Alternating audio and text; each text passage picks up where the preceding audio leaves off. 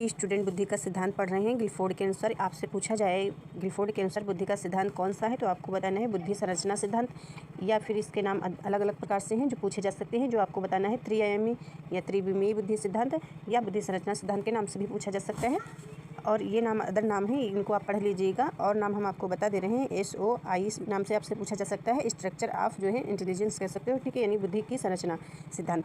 और यहाँ पे एक और डिब्बा पूछा जा सकता है, डिब्बा मॉडल, ठीक है, इस प्रकार से। और पूछा जा सकता है आपसे विषय वस्तु संक्रिया मॉडल, ठीक है, इस प्रकार से क्वेश्चन आ सकते हैं। और यहाँ पे देखिएगा बुद्धि में कुल 3 आयाम होते हैं। विषय वस्तु यानी विषय वस्तु सामग्री, संक्रिया प्रक्रिया कह सकते हो, उत्पाद प्रोडक्ट, इस प्रकार से। तो यहाँ पे हम आपको बताएंगे जो मूल सिद्धांत दिया है गिलफोर्ड ने। तो यहाँ पे देखिएगा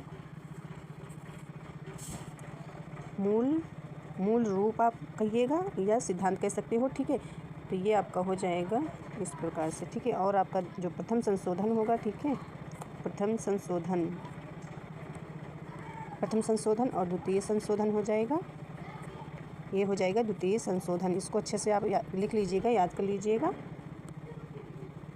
1970 1988 द्वितीय संशोधन जो 98 लिखा हुआ है, ठीक है, 98। और विषय वस्तु संक्रिया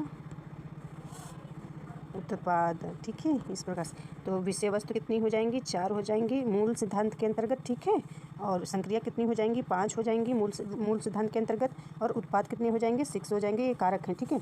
और इसमें विषय वस्तु में इसमें 5 आपके कारक हो जाएंगे प्रथम संशोधन में, और इसमें 5 कारक हो जाएंगे तत्व, कारक या तत्व कह सकते हो। इसमें उत्पाद में 6 कारक या तत्व हो जाएंगे। इसके बाद इसमें द्वितीय संशोधन में जो है इसमें जो विषय वस्तु आपके हैं 5 ही रहेंगे, और संक्रिया में जो है संशोधन होगा, ठीक है। यानी द्वितीय संशोधन के अंतर्गत 6 इसमें जो है संक्रियाएं हो जाएंगी और 6 ये उत्पाद ही रहेंगे। आई होप आप सभी स्टूडेंट को ये सारणी के अनुसार आपको समझ में आया होगा। ये विषय वस्तु हो गए, ठीक है, ये संक्रिया हो गए, उत्पाद हो गए। तो ये प्रथम मूल रूप से संशोधन में जो मूल रूप सिद्धांत है, ठीक है, सिद्धांत का, तो ये आप यहाँ से देख लीजिएगा। जो द्वितीय संशोधन हुआ तो इसमें ये देखिएगा आप, ठीक है।